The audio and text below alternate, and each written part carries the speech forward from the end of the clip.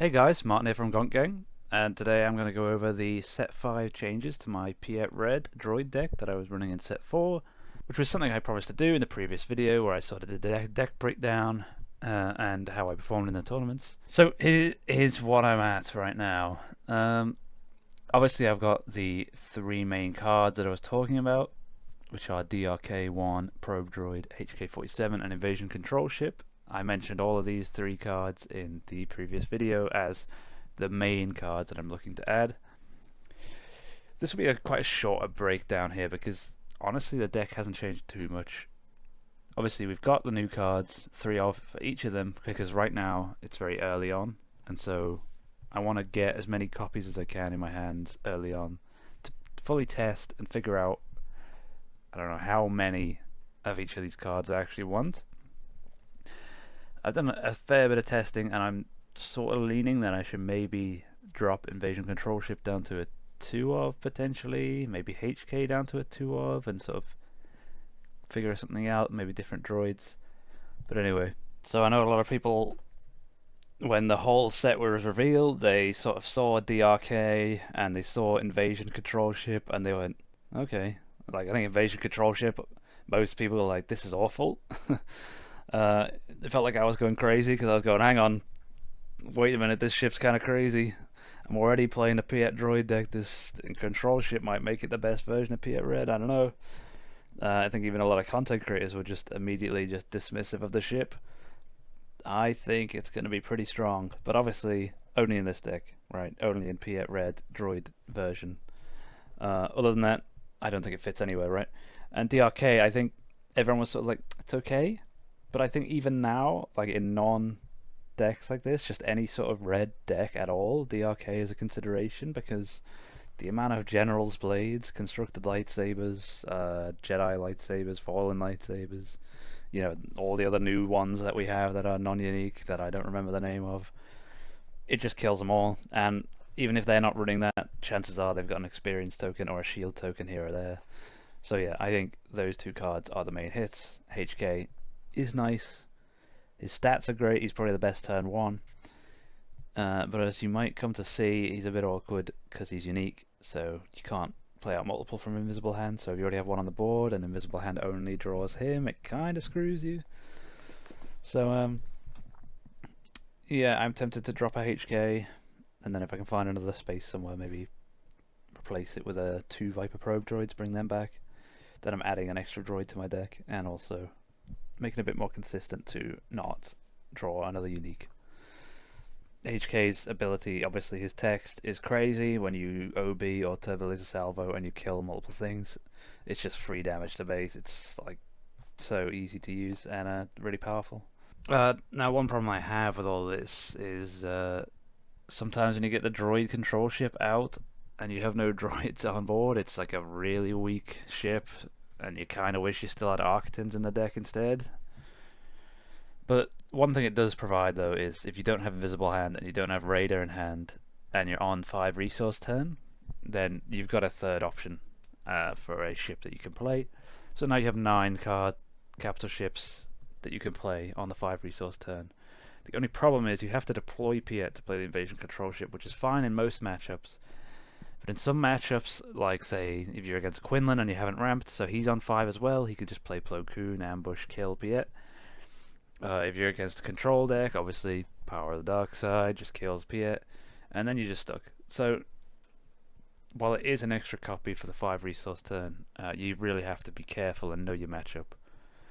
A few of the changes I've made, I dropped 1 Price on Your Head and 1 Merciless Contest. I'm basically trying to find room to put more droids in, which I have. I've got another 3 droids in than the previous version. I don't want to go too hard on it because obviously if I don't draw Invisible Hand, then the droids kind of feel dead in hand unless I have the control ship as well, so that's why I'm fine with going up to more. I've also got less removal as it is. I've lost a copy of Merciless, I've lost the 2 Force Chokes, and I've lost the Shootdowns, so Price on Your Head becomes a lot weaker. So I've already dropped it down to 1. I think this deck has become a little bit less reliant on ramping on turn 2, which is nice, because you can always just droid turn 1, and if you don't have the ramp you can play a removal on turn 2. or you can play another droid on turn 2, and then follow up on turn 3 with an MC-30, which is what I love about the MC-30, is if you miss the ramp, it's a perfect ship. Sometimes it's even better to not ramp and you just play MC-30 into OB on the next turn. The other change is turbo laser salvo in the main, and this is because I've noticed, obviously, this was sort of designed by FFG this way, that majority of early game units now have 5 health or more. Like, so you kind of need more than just OB. Like, in testing, it's felt like I can get Invisible Hand out and then play OB on it on the following turn, and I can only kill 1.5 units because, you know, either something's got a lightsaber on it, or they've got like 2 5 health, 2 drops, and the 3 health, whatever, you know. The meta has gone quite a lot. Well, I say meta. The new decks that are currently running around that I can test against are going into more health-based approach, where everything has so much more health. But obviously, if you manage to get MC-30, Invisible Hand, or Invasion Control Ship out, and then play Turbo Laser Salvo off of those, you're golden. Maul is potentially one that I'm looking at getting rid of, but like I say, he's pretty great at killing leaders. Since he's 7 attack, you will have ramped, so their 6-drop leader comes out, you can kill him with Maul. It's just a little inconsistent. I've only got 1 of right now, and I'm thinking of dropping it, but I don't know what I'd drop before, I guess. It's potential that I drop a Maul and an Invasion Control Ship to put the Architins back in. We'll see. Other cards I'm going to consider is the Bombing Run card. I think this card is obviously really good against Hand 2, which Hand 2 is now going to be everywhere. You've got to play against that deck all the time. It's going to be Hand 2 blue, Hand 2 green, whatever. And this was already a tough matchup for this deck. It felt like, I think blue was a bit easier than the green, because the blue ran a little bit less space, it felt like. But yeah, you need to get ready for that. And Bombing Run is really nice against that, because you can just bomb either the ground, when you will probably kill your droids is a problem, apart from the 2 new ones, which does suck. Or you bomb space to sort of clear out the whole area that they've got going on, and it's likely against Hand 2 that will work. I will say though, it feels like kind of a dead card for the same reasons I was talking about adding Turbo Laser Salvo, and that is the amount of things that have so much health now that it feels like Bombing Run is kind of useless against most decks that aren't Hand 2 and aren't, like, I don't know, something super aggro-y with low health units that 1-drops like a Kylo Red or something. And plus, I guess, do you really need Bombing Run if you've got Turbo Laser Salvo? It's kind of awkward to fit in. It's potential I put it in the sideboard, and I think I saw, shout out to Darth Silk, I believe, who managed to use my deck with a few changes of his own, which I do actually like the changes that he made. And he ran Bombing Run, so this is sort of the reason why I started looking at Bombing Run again, was because I looked at his deck and it clearly did well for him. I'll be interested to see if it's still worth it into this set. So congratulations to him, and I hope he enjoys the deck. And I'm interested, if you are watching this video, what your thoughts are on these changes that I've made. What I want to do, I think, going forward is potentially make more videos on this deck as time goes on, because obviously the meta isn't set in stone at all yet. I mean, the pre-releases haven't even happened, so we have no clue what the game is going to look like in even like a month's time. So it's possible when we get closer to Galactic, although I won't be there, I might fully review this deck again and fully go in and change some things, because I think from now on, I think this is going to be my main deck, and I'm going to keep bringing this to tournaments because I think it's really fun to play and also competitive, which I haven't finally found a deck that I've had this much fun with that's also been competitive yet. So I think I'm going to stick to this from the time being. So yeah, we'll just get into a few games here. We're not going to get into too many because obviously I just did a video on this deck and it's not changed massively, so it'll just be a few games, and I'll try and record as many as I can and only upload the one and only show the ones where I'm actually using the new cards. Any games where I'm just playing the usual game plan, I mean, maybe I'll keep one of them so I can show you that it still works, and for anyone that hasn't seen it already, I guess. Before we get to the gameplay, guys, can I remind you to like, comment and subscribe? It does us great favors for the channel, and we'll be testing out some actual new Set 5 leaders soon. I think a lot of the other Gonk Gang guys are going to make some more videos on the new leaders. I might be doing some soon as well, we'll see. But yeah, let's get into the gameplay. So we have our first game. We're against a new Kylo leader on yellow. Be interesting to see. So we've got all the cards in hand here, but we don't have any ramp, so... But I'm going to take the risk. I'm going to keep this just so I can hopefully demonstrate how the deck works. I don't know if you should in an actual tournament, but, you know, we'll see. We're going to keep both of these droids as a just in case. Okay, so now we've got an options here. I think I'm actually going to resource this We have open fire for the Aura Sing. Okay, that's pretty interesting. So I don't do enough damage there. I will just throw this out anyway because I don't have the ramp, so there's nothing else to do. Yeah, unfortunately we're not getting some good draws here. But like I say, I sort of took a deck that... Well, I sort of kept a hand that was just to demonstrate how the deck works more than anything. So normally this sort of scenario wouldn't be happening. This is crazy, by the way.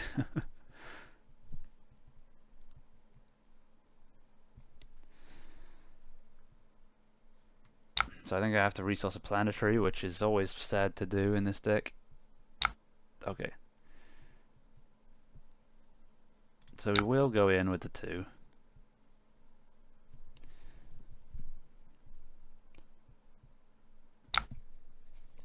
What is this? Fallen Jedi. Okay. So the chances are I can OB on here for 4.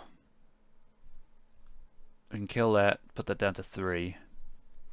But I think it is better that we play out the invisible hand. And this is the problem. This is why I was talking about maybe not having this many HKs in the deck, because sometimes you just pull it and that's the only unit you've got on board anyway, so you can't do anything. I'm going to claim here because I've got OB. We'll get rid of that.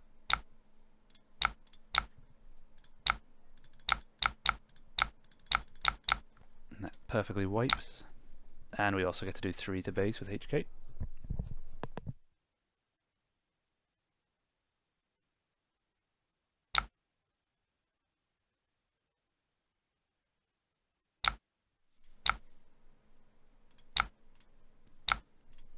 So things are going well now. It was a really rough start, but we're getting there. We are getting to the Kylo deploy turn, which is always terrifying. We do have this DRK in hand and the invisible hand, so we can potentially get rid of 2 things.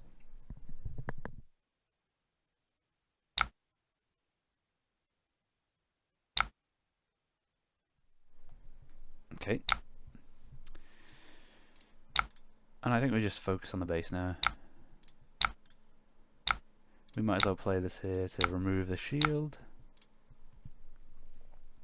And it's looking like it's game here, because sure, they can play out their Kylo, but we have Devastator now. We have another planetary. Let's see, you can make someone big, but it's not big enough, really.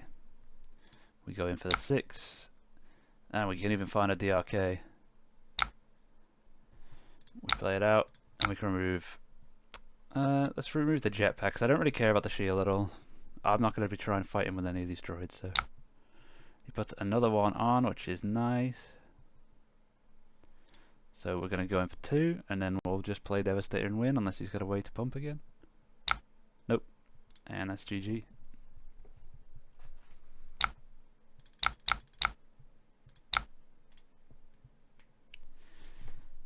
GG to our opponent. Yeah, kind of a rough start, but like I say, that wasn't particularly maybe a hand you should keep, but it ended up pretty well. Like I say, right now it's important to remember that this deck is like something that I've obviously, it's already powerful from last set, so coming into this set with nothing much change, we can obviously do pretty well into decks where people are just brewing, so you can't really look at results like this and assume that the deck's amazing, because there's a good chance that deck could be good that we played against, but it also could be just a brew, you know. So we'll see. Okay, next game. I've got a new Thrawn red. Not really sure what the red version of Thrawn has that's new. I know there's a few new. This is pretty good. I know there's a few new blue. Let's get rid of that. A few new blue when defeated, but not a lot. It's better to do this. I'm going to keep it the arcade just in case. I don't know what kind of non-unique upgrades he might be running on, but potentially we should have kept the instead of the Vanguard. But yeah, like I said, I assumed he would have something on ground. Okay, we can resource this.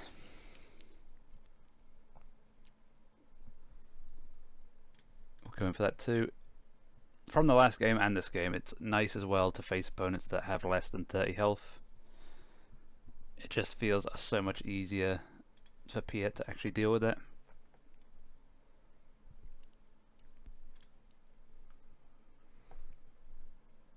These are some pretty good draws here, actually.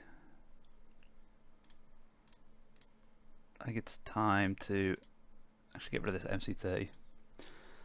So we'll attack, get rid of the shield.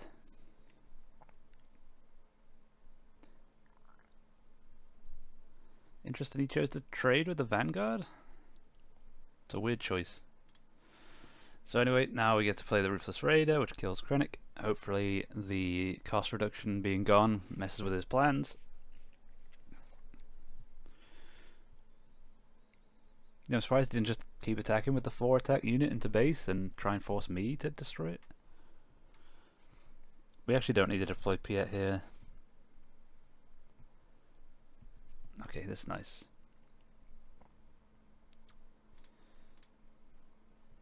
We can remove the shield and then potentially OB. Well, not this turn, but you know what I mean. It's a bit clunky though. We're gonna get rid of the RK. Hopefully we'll just run into another one. Let's go in for that fort. Chimera, he's just drawing cards, is he? But he doesn't have initiative, so that doesn't work. Play out invasion of control ship.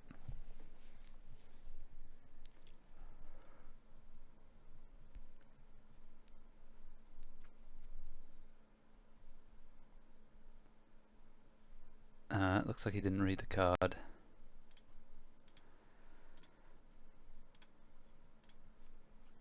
We don't need price on your head anymore, that's gone.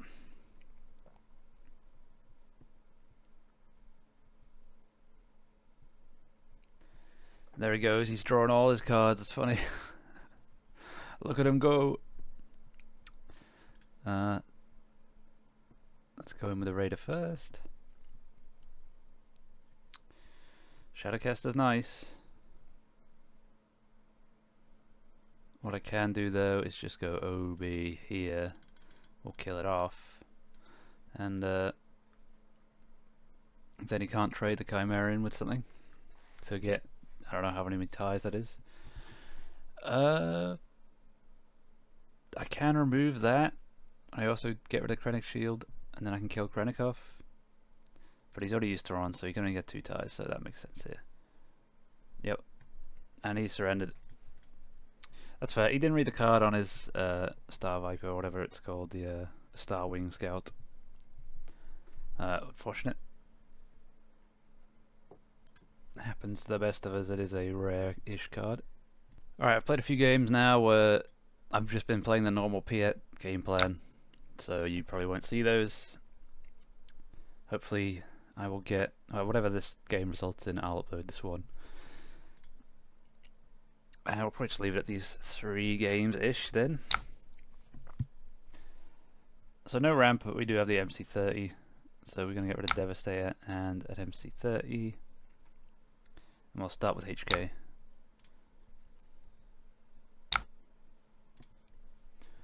I'm tempted to kill that off. Yeah, now that he's buffed it, I think I definitely kill that off. Okay, now we got the ramp. Things change a little. We're gonna get rid of that. Probably get rid of Merciless. So we'll get rid of that first, because then we get to do 1 to base as well. He's gonna deal 1, I can take 1 to base, it doesn't matter to me. And I will resupply. Our poor HK is going to die, but, you know, it is what it is. Get rid of the MC30 at this point. We keep all this. We still get the 1 damage to base from HK. Now we want Invisible Hand, and I actually think, no, we'll keep HK.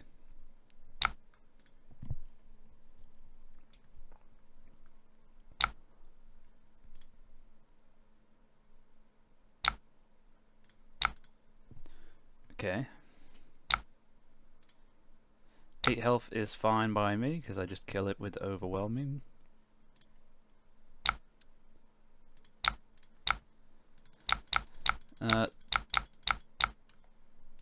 It's going to be difficult for him to come back from this, I do believe. The Vader is nice. You can't kill Piett. He's probably just going to kill HK. There's a chance we just get HK back, though, with Invisible Hand, so... Knights of Ren. So he's got a full, like, First Order deck going, that's pretty cool. Yeah, there's no point in DRK right now.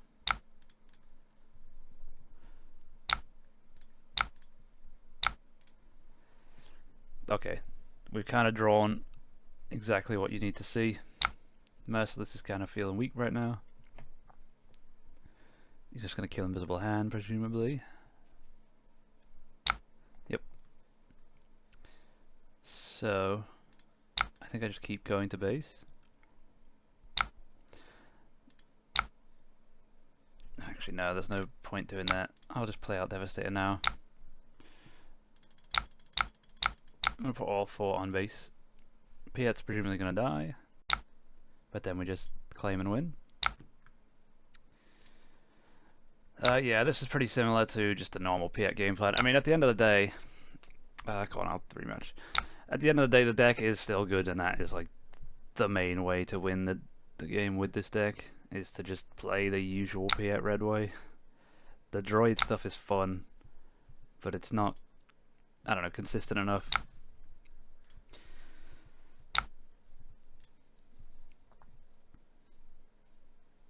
Okay, we're just doing the same thing again here, I guess. I could have kept DRK for any experience, but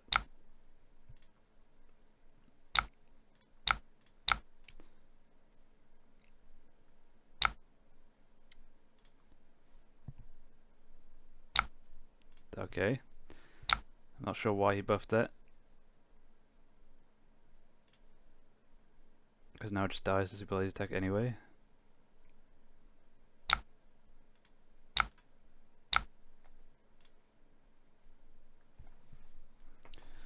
We don't have a capital ship to play this turn. He's got 1, so I'm going to just open fire that before he buffs it.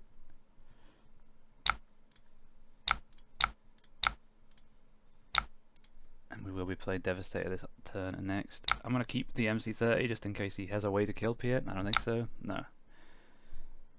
So I'll go to the base first. Whatever he plays, he doesn't play anything, so we'll just play this.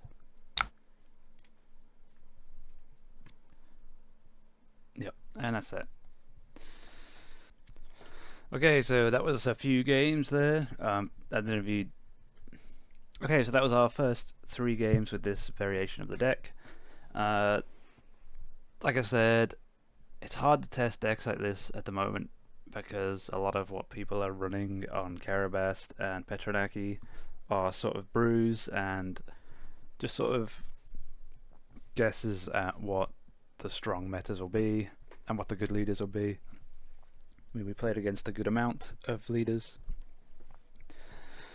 Of the games that you didn't see, I basically did just win them by playing out the usual curve and not really doing any of the droid stuff. I mean, even the ones that you did see, the Invasion Control Ship Raid 2 bonus didn't really come into play.